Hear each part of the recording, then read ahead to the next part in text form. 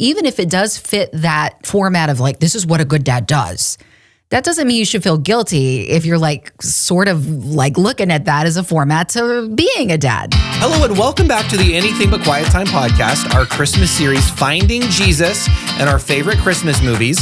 Today is not the Grinch, but Rachelle insists on having this Grinch keychain. I think the Grinch does make an appearance in most every one of our favorite Christmas movies, at least in archetype character alone. Oh, that's true. You got a Scrooge, it's a Grinch. Yeah, that'll preach. Yeah. You got, well, a character in one of our Jingle All the Way.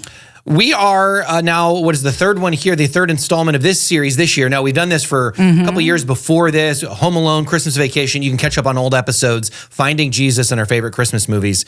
But yes, we are nearing the bottom of the barrel of Christmas movies, and you let me choose a childhood classic of mine. Yes, and the only Jingle All the Way. I'm just going to say right now, if you watch this movie, it's probably, especially annually, like he does. It's probably because it takes you back to childhood. Maybe you liked Power Rangers because it's got that vibe in there with Turbo Man, and that's your excuse as to why you would like this movie. If you're a 90s kid, this is it. I loved Sinbad. My son wants one too. You know it's all a ploy, don't you? A ploy? Man, where have you been? Don't you watch TV? We are being set up by rich and powerful toy cartels. Oh, First so kid, funny. Yeah. Fun movie. Yeah, that's right. Yeah. He's great, but Arnold, as honestly, he's a very impressive person in terms of like his education. I had no idea until after watching his documentary how intelligent this man is. But are you about to say about his acting skills? I love the fact that he did movies like Twins and things that are fun, but it's so over the top. Well, as you know, my favorite quote, or the one I love quoting from this movie, "Put that cookie down!" Oh, these cookies! I gotta get the recipe from Les. Put that cookie down! You love doing it because you're really good at that. It's fun. It's okay, really good. So this is a movie about him trying to find Turbo Man for his son. Yes, but before we get there, I need you to rate, because for the longest time, I've known that your favorite Christmas movie, and maybe even favorite movie, is Home Alone 2. So if you had a top 10 Christmas list, where would Jingle All the Way rank? I'm trying to think officially, but probably right above It's a Wonderful Life. What? I mean... Are you being serious? Yeah.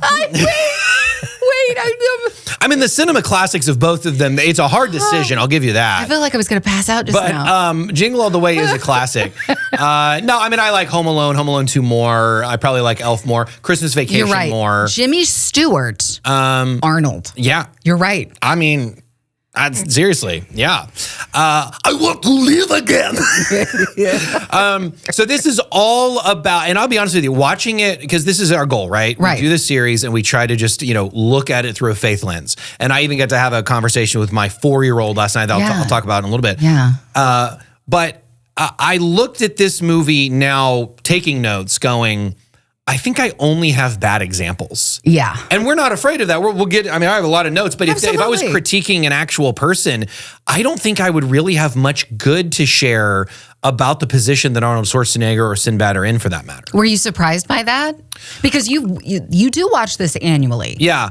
I think there are certain movies, like even Christmas Vacation, you can point to an authenticity, you can point to genuineness at certain points, like him in the attic watching family, we can point to family and don't take it for granted, And in most of this, I think because of the motivation, I'll get to it, but it's just mostly bad. Now it's funny, I can separate those things and just enjoy a funny movie, but if we're going to really look at faith principles, it doesn't get started on the right foot. So let me ask you this. When you watched this with your parents as a child, did they help walk you through some of the circumstances and say, we don't do that? Our stance is mainly it's just a movie. And we're not going to take any cues about anything. We didn't talk about good or bad. We didn't talk about that. But it was understood overall that we don't take our cues from movies. Yeah, we're not going to, it's just a movie. Now, there were certain things that we wouldn't watch because they were that, risque.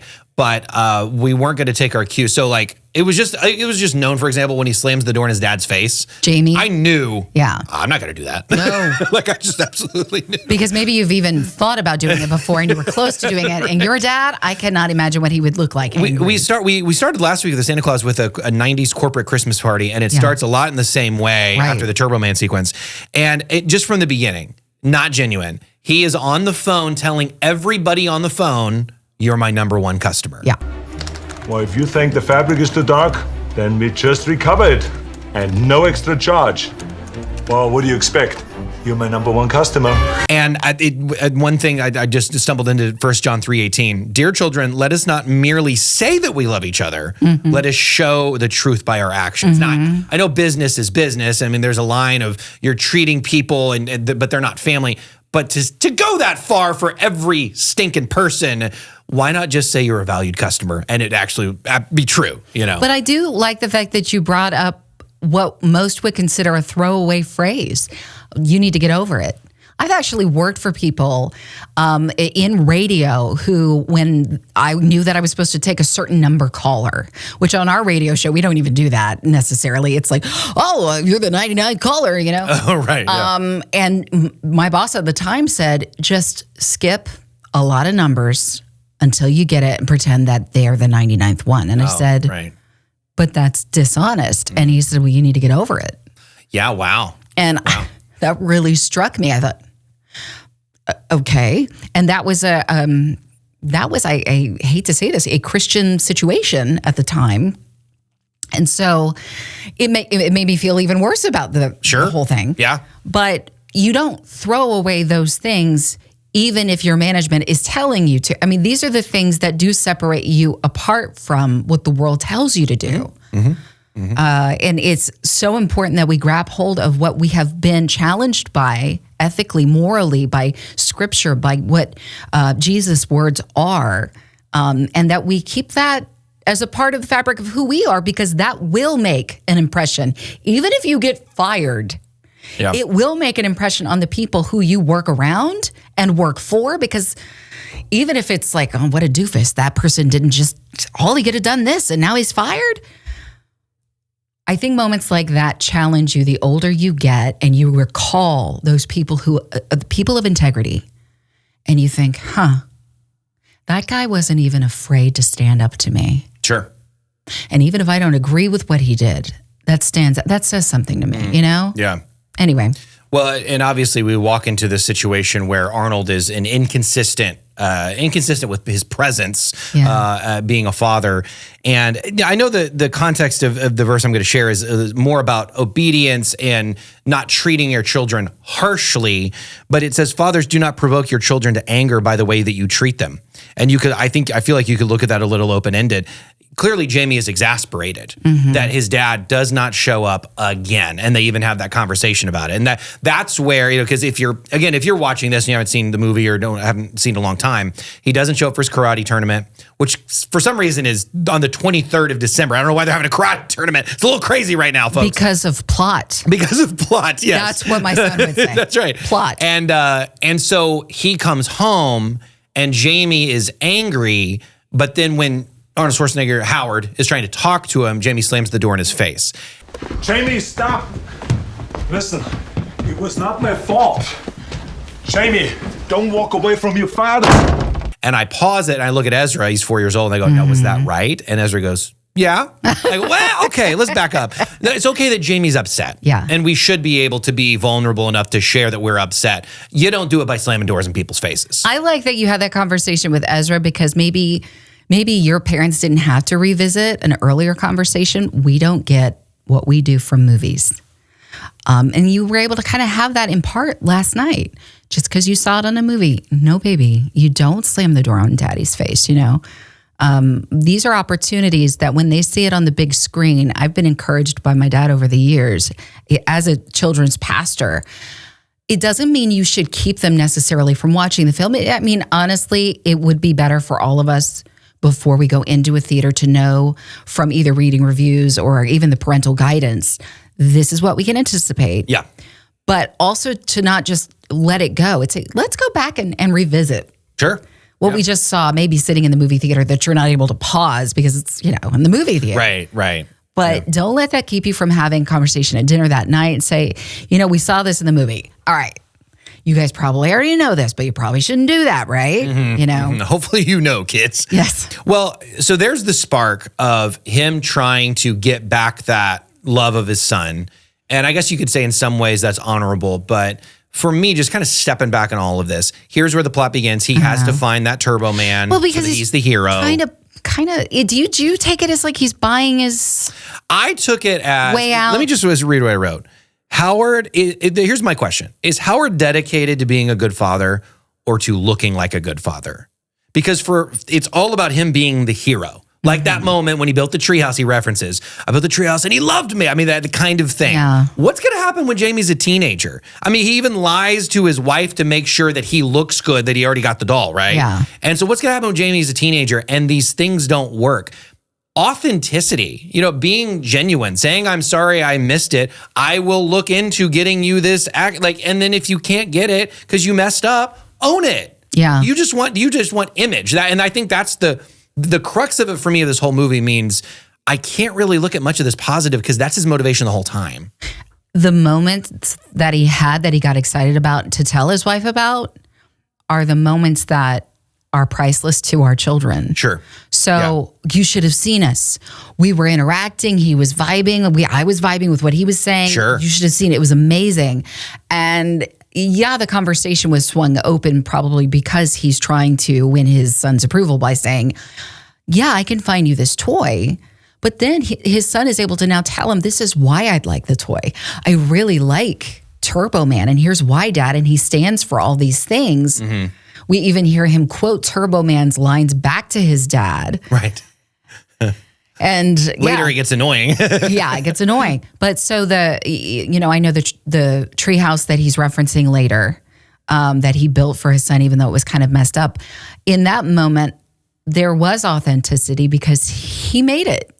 And he was excited to let his little boy play in it. And those are the moments that you can value, I think, as a dad, even if it does fit that that format of like, this is what a good dad does. That doesn't mean you should feel guilty if you're like sort of like looking at that as a format to being a dad. Those are kind of like guidelines, if you will, that we've seen put out there. I don't want to like say anything incorrectly, and I'm trying to steer away from the word archetype again. But there are reasons why stereotypes exist. It's because a lot of the time, the things in our life fit that bill. Mm-hmm. And so if you see a dad doing something to love their child, to show appreciation, I think it's because men mainly, they go conquer. This is a way God has gifted you guys, is to go out and conquer and provide for your family. So it's okay if you're doing something that might kind of fit the archetype bill, because it might be a stereotype there for a good reason. But if you're doing it only to get the praise, only to get the reward, it's... Well, I look at the end of the movie going, he's the hero. And then, it's like they never went to counseling. Obviously, they did in the movie. This is just going to come up again. Yeah. They didn't really solve communication. Yeah. They didn't solve that he's going to actually come home from work early. He's just the hero in the parade because he happens to be dressed like Turbo Man. I don't know. And again, this isn't a Christian movie. It's not like, but we're just sitting here picking apart principles.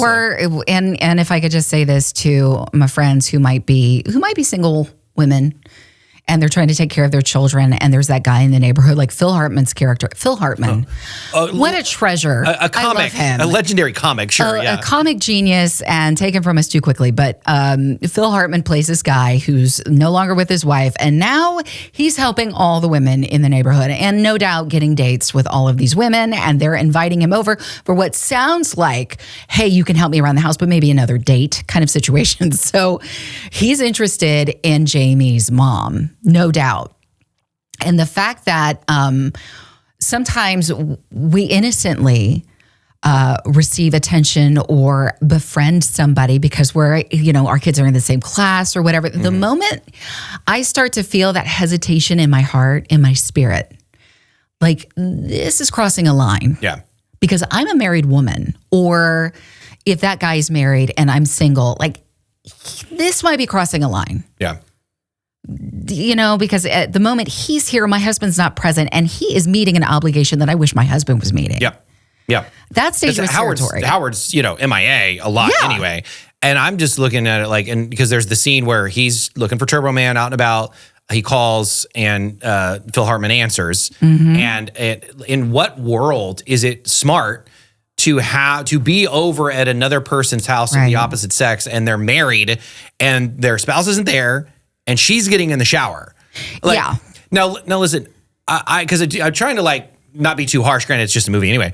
But like, I have picked up like Ezra being watched by a woman in our small group, you know, that is not my wife, right? Yeah. And so I'll go in, I'll pick him up, we chat for a second, I'm taking the kid out. I'm not trying to be legalistic, but the how long he's there, the reason he's there, the fact that we know he's up to no good, it's just not a smart situation to be in. I think if you always err on the side of caution, it's a good safety net. Yeah. So even if you are like, this guy's a good guy, and I think he's solid, don't put yourself in a compromising place where, I mean, we've talked about the appearance of evil to avoid even the appearance of evil.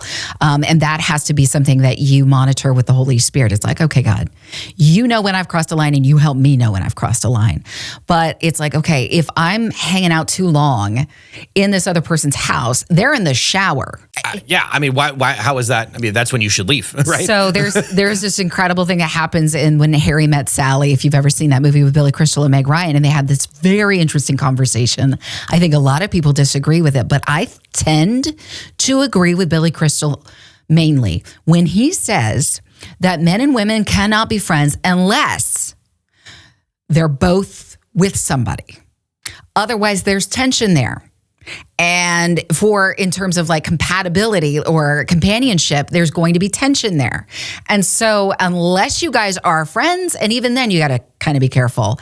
And I've shared that with people like, no, I can be friends with men. I think women think that more than men do. And being married and having two boys at home and my husband trying to guide me and say, this is what men think when the girl thinks that we can just be friends. They're thinking, I don't want to be just friends. I want to be boyfriend, girlfriend. Yeah. It's because, I mean, then it comes into question with the Billy Graham rule, you know, stuff like that. You know, should you ever even just be alone, even in an office setting, like with a door closed with somebody of the opposite sex? Right. And I think we have to recognize that it's not a sin for Howard, what's Phil Hartman's character's name? I can't remember. Just call him Phil. Yeah, Phil Hartman.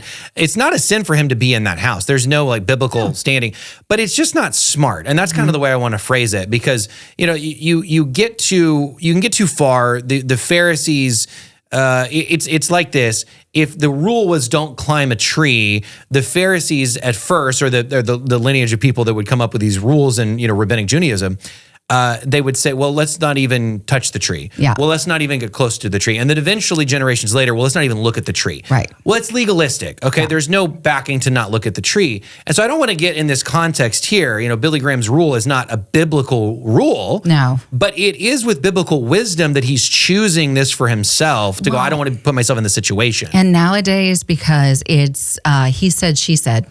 Right. And there could potentially be...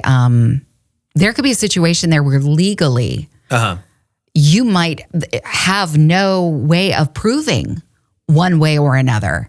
So I completely understand the Billy Graham rule, which is if you don't know what it is, if a man and a woman are alone in a room, no, they can't be. There has to be a third party there always, and the door is never closed. If I'm so sorry. If they're by themselves, the door is always open. Right.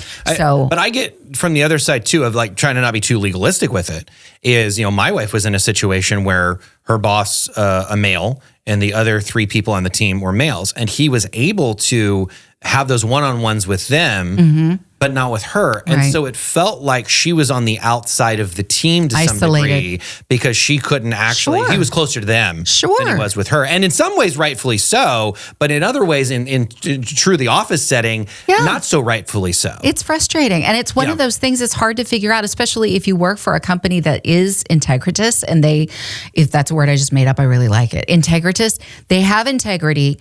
They want to make sure that they are accountable in every way. But they're also attempting to make sure that you feel welcome. Yeah, right. And that I think of you as a valued employee. That you kind of almost have to overstate with the opposite sex if you're in one of those situations, just so that they don't feel isolated. And it's not easy. No, it's not easy. Yeah, I've been in situations very much similar, and you just have to make allowances in your mind and go, I'm going to give grace. I have to cover this in grace because it is what it is. But anyway, all of that to say, Phil Hartman wanted to be her boyfriend. Yeah. Yeah, that's just not cool in general. Yeah. Rita Wilson, who was married to Tom Hanks, is so much smarter than the character that she's playing in this movie. Just like, what are you doing, Phil Hartman? Right. I don't understand. Later, and you're like, are you serious right now? Let's talk about The Hunt. Oh, The Turbo Man Hunt, where Arnold Schwarzenegger's out and about. He's going to all these places. Fun fact, he goes to Mall of America. Yeah. Mall of America does not have a heating system. It's in Minneapolis, Minnesota. And there's so much foot traffic. Interesting. Along with some lighting fixtures and the skylights. Yeah. That make sure that it is, that's a freebie right there. That is very interesting. And I went once, and there are 4 sides, obviously, of this huge place, and there might be 3 American Eagles because there's, what you only, if you're local, you only park over here, this garage on the west side. You got all your stores on that side. You don't have to go to the other 3 sides. So smart. Yeah, so it's huge. It really is huge. I wonder if that's just somebody's thinking there because if you are feeling cold and if you are in a brisk way, you're going to make decisions faster. So the trafficking is going to go in and out faster. Otherwise, if you're kind of lax, I don't know, but they say it maintains a heat of about 70 in there with the skylight, with the body heat. It's crazy. For Houstonites, that would be frigid. That's frigid. Yeah. It's too cold.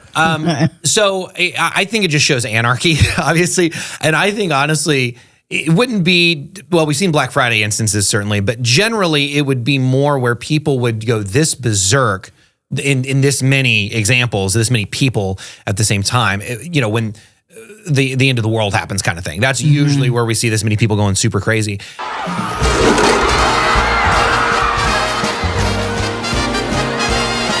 It's the most wonderful time of the year. And I think you see that human nature come out where if there's not rule, I think it really showcases why we need to have laws and justice and law enforcement, even looking back to the Old Testament law, and it showcases how far my nature is away from God's. Yeah.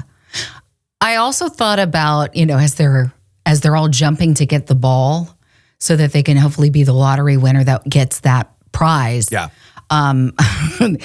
And the music from Andy Williams, it's the most wonderful time. It's clearly ironic in that moment. I've never been per se in one of those situations where it's so hyper, everybody's grabbing stuff, save a couple of times in my life. But I have stood in long lines waiting.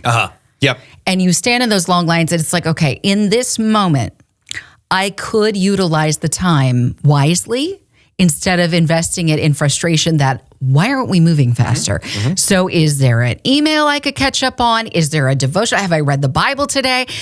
This phone is such a blessing in so many ways. And it can also be a cursing. Yes, that's true.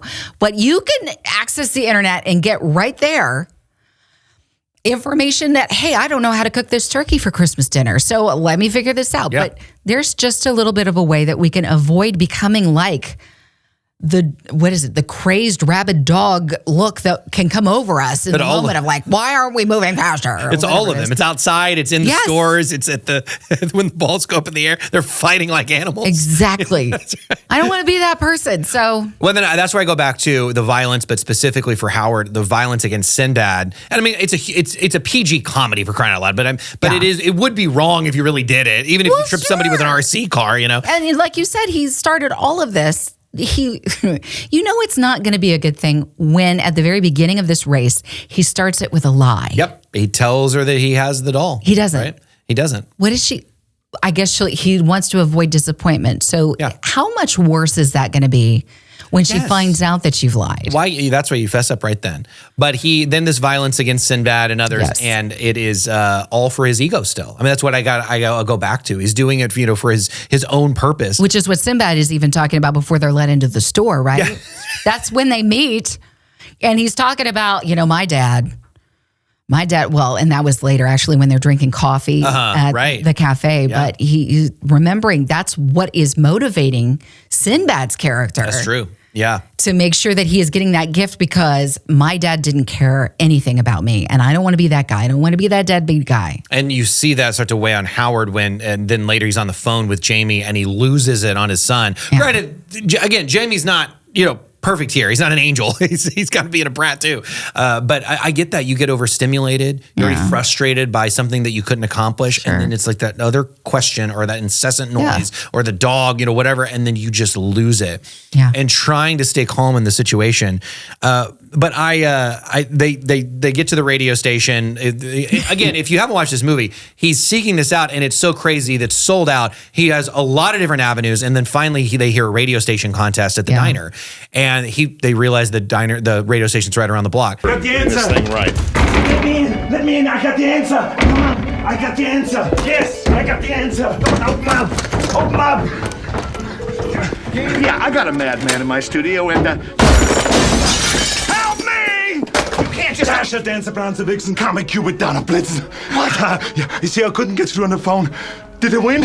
I just want to say, you're not getting into a studio like that just from the radio perspective. This is where a doctor watches a movie and goes, that would never happen when they're watching ER, You're not getting even to that floor because the elevator doesn't go to that floor for the public. And then if you do, that glass door is locked. And then if you do, there's other doors that won't get you to the studio. You're not getting in. Well, and a lot of those places have glass that is bulletproof. And you're not going to crash it. And there's no way that only one person works at this radio station and it's the DJ. But apparently they both get in and they realize that they only have a gift certificate. So then the police eventually catch him and they get away once again. And that's where he didn't know, but Sinbad is a postman and he threatens that he has a homemade explosive device. Yes, that's not a real wise move. No, it's not, especially in front of the police officers there. This was, and to be honest, I don't know if we would see jokes like that in movies anymore. This was 1998. I don't think you would see not in a kid's movie. No, post Columbine, 9/11, all the things that have happened. No, I don't think that you'd see that. But I think I wanted to dig into it not just for the humor, because it was meant for humor, and it's ironic when it actually was a bomb, and of course it goes off. The second one? The only person that got hurt was the guy holding it, and all he is a little black in the face, like that. That's and his hands are little, and he's fine. Yeah. And then Sinbad is walking out. Wait, I want to talk about the first one. Of the first quote bomb, the first package. Okay. He is breaking. Not only is he breaking so many moral and ethic laws, right, but at the same time, a federal law where he throws somebody's very cared for. Oh, that's true. Music box. Yeah. Will never be delivered.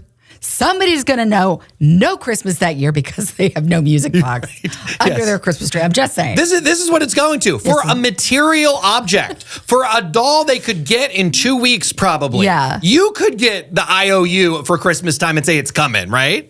Action figure. They keep calling it doll. I know. They did. I would be the same way. He was the person that corrected him because I was like, I have said doll before. Yeah, I know. So then what he does is they go out and he has the what he doesn't realize is an actual homemade explosive device, and he threatens it with the police, and then it goes out and it's that cartoon like it explodes and the only guy holding it gets hurt. And they both hear it as they're leaving the building. This allows both Howard and Sinbad to get away. Yeah. And when Sinbad hears it, he stops and he goes, "That was really a bomb? This is a sick world we're living in." Sick! Which is hilariously ironic. Yes. This is nothing but a harmless Christmas package.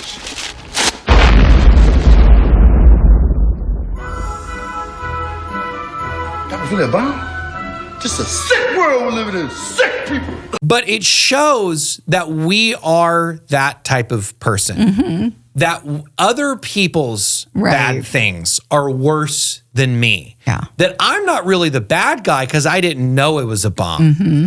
And yet his deception, the fact that he obviously didn't know enough and he put it in somebody's hands. It's a sick world we're living in with no concept that he was doing something bad too. Yeah. And it's always what they're doing is worse than what I do. Well, and it wasn't real though. But the fear that those people would feel is very real. That's right. That's right. The nervousness. And I mean, I don't want to suck the fun out of this movie completely, but it's like, okay, let's think about our consequences for a second. Even if you knew that the prank was a prank, but there's certain pranks are mean, right? Some pranks are mean. Sometimes you would watch that show, it's no longer on, but Ashton Kutcher's show, and you'd watch it and you'd be like, I don't think I could be friends with Ashton Kutcher. I feel bad for I feel bad for those guys right now. Some of it's just kind of a funny situation you're put in. Some of it's like they were really went too far. crying, or I think Justin Timberlake cried at one point. I think you have to figure out, like, because it's all relative, right? Like, how far is too far? With some people, you get away a little bit further and they like it. They think it's funny. Sure. Yeah. But with others, it's like, you know that about me. You found out very early when we started doing our radio show. I do not prank Rachelle. I do not prank Rachelle. And if I'm about to do something crazy, I will give her a heads up. Yeah. I'm going to do something silly right now. I still kind of do sometimes. But you're very careful about how you do it. Because he jumps out the bushes. It's 4 a.m. It's black, dark outside, no sunlight. You know, I think about that every morning when I walk in. And you go, hey, Rachelle. I scolded him like he was a child, like he was a second grade boy. Don't you ever do that to me again. And he said, you've never done it again. Not that. We'll see what happens next, though. But no, that was really my overview. I didn't get a chance to watch the rest of the parade scene. I mean, you may have some saw the parade scene, but we also didn't talk about like impersonating a police officer or the whole Santa thing. That's true. Where all the Santas are in on this con, scheme. I guess. And there's this ginormous Santa Claus. That's Andre the Giant right there. Who is this guy? Yeah. Who can take Arnold's hand and just crush it? Yeah. There's only one guy. Wow. Yeah. Then he must be magical, because that couldn't happen otherwise. But there is obviously a lot of amazing guys out there who every single year will put on the guise of Santa Claus, and they want to become what St. Nicholas did so many years ago, which was to just in secret love people well, to share love. And I think the invitation is there from what he did to do the same, because Jesus invited us to be his hands and his feet. And Nicholas was able to help people in the middle of loss, financial problems, and in secret do something. And so the mystery behind Santa Claus grows out of this incredible thing that would take place. Well, did you see him? And you can only imagine the stories that grew from the tales that were told. Did you see who it was? Well, it looked as if he was flying in the middle of the night, or whatever it might have happened. But there are amazing guys that give their time every single year. We met one last year. Yeah. I came to an event that we were at. He just walked up and he had this red suit on, and it was great. It was Santa Claus. It's Santa Claus. And it was so amazing because we were standing out with the Salvation Army red kettle and we were ringing the bell. It was so cool. Never done that before. It was a bucket list thing. And Santa just showed up, wasn't paid by anybody to be there. Sure. And is on, because he's a big guy, he gets down on his knees and is talking to these littles as they're coming up, and just being that person who receives whatever it is that they need to share. Like those moments where Jamie is trying to connect with his dad and tell him how important Turbo Man is. This person is listening to me. And what a great ministry, what a great service that they do for families. And yes, in the middle of the shopping mall, it can become overwhelming, but the children never hesitate to just, with faith-like wonder, share, because they know he's going to listen to me. Yeah. And I think that's where it comes down to for me. I know I've said it, but I think it just really comes down to intentions, and that selfless giving that you're describing of that Santa Claus story and in secret. Now, Howard's his dad. He's not going to be able to do it in secret, but nothing gets resolved at the end. You see a character change in something like Home Alone. She realizes she's been too hard on him. He realizes he's been a brat. He realizes that he actually misses his family. She goes across the country in a polka van to just be with her son. It's family. They embrace at the end. Yeah. In this, he's of course holding his son, but somehow from just 5 hours earlier, all has changed because he's dressed as Turbo Man. Well, and there's nothing really resolved. I will say there was a sweet moment. So when he sees his son, because you know what happens with Sinbad's character, he dresses up as the bad guy. As Dementor. And he's climbing up this wall. Get out the way, Box. That's one of my favorite quotes, by the way. Get out the way, Box. Get out of my way, Box. He's climbing up this wall, this fire escape, and then he gets on the roof, and then they start climbing the sign. And you see it flash in Howard's eyes. He's like, this has gone so far. And now my child is at risk here. And he does end up saving him. But there's even this moment, I'm not entirely certain why Jamie does it, But he sees that we kind of see all along, this is all I ever wanted, was for you to be present in my life. Yeah. Yeah, that's true. And he said, so I don't need this doll. And then he does this beautiful, selfless thing. That's where true. it's like, Jamie, you get the award. Yeah, for the Jesus found in this movie. That's Jamie a good point. The award. This is the part right here. That's true. When Sinbad is like being taken away by the police officers, and he says, wait, he hears him talking about, but my son, there's a need there. Mm-hmm. And I'm going to sacrifice what I thought I wanted. And here you go. This is for your son. And, he literally just climbed up a wall, running away from this crazed man. To get his Turbo Man. And he's forgiving him. Yeah. It's all good. Yeah, that's true. And so at the end, it's like, I think, hopefully there's this recognition. Howard realizes all he has ever wanted was me. Mm-hmm. Because he doesn't need, what about this doll that you've been wanting? This is the thing you wanted. What do I need the doll for when I have you? I have the real thing at home. Yeah. Right? No, that's a good point. Jamie does say kind of the end of this movie, and I guess it depends. Of course, that's the Cinderella thing. Happily ever after. Yeah. And then the jokes come where it's like, then marriage happens and the honeymoon season's over, and all that. I'm not going to neglect my wife and child anymore. Well, what steps are you making to make sure that doesn't happen? That's right. And that's where, if this was real, right, you'd say you really hope you make a change right here. Yeah. Yeah. And say it with action. Yeah. Along with words, because words are great. Yeah. And she's riding that high, apparently, of him wearing the superhero costume. Right. By the way, taking action doesn't have to be quite as dramatic as what happened in the parade. But, which, as we saw in the parade, it was the beginning of what Iron Man was going to be. I think you're right. And by the way, nobody likes Booster. Hey, buddy, this ain't the way we rehearsed it. You know what? Nobody likes you, Booster. Oh, wow! Okay. Nobody likes Booster. Nobody likes, especially after we met the man in the suit. Smoking. Where have you been? Nobody likes you. And then all these kids, like where are their parents? If I'm sorry, but if a mascot fell off a float and a bunch of people crossed the parade line to go kick the mascot, it would have made the news. It was like, but it was all fine. It was all fine. The police, especially when at the end Howard turns around and exposes that it's him. Yeah, he's the one in Turbo Man, and the police officer who's been following his entire story. He got burned hands. He just stands there and he looks like, I can't do anything about this because you just saved the day. He'd be in handcuffs. You would be. There are so many fines or jail time. All right. Well, this is Finding Jesus as best as we could. I'm glad you remembered the part at the end in Turbo Man and Jingle All the Way. And we have one more episode next week to wrap up this series. I'm excited about this last one. Have you gone to see the movie yet? No. We'll see what happens. As next week, the Anything But Quiet Time podcast.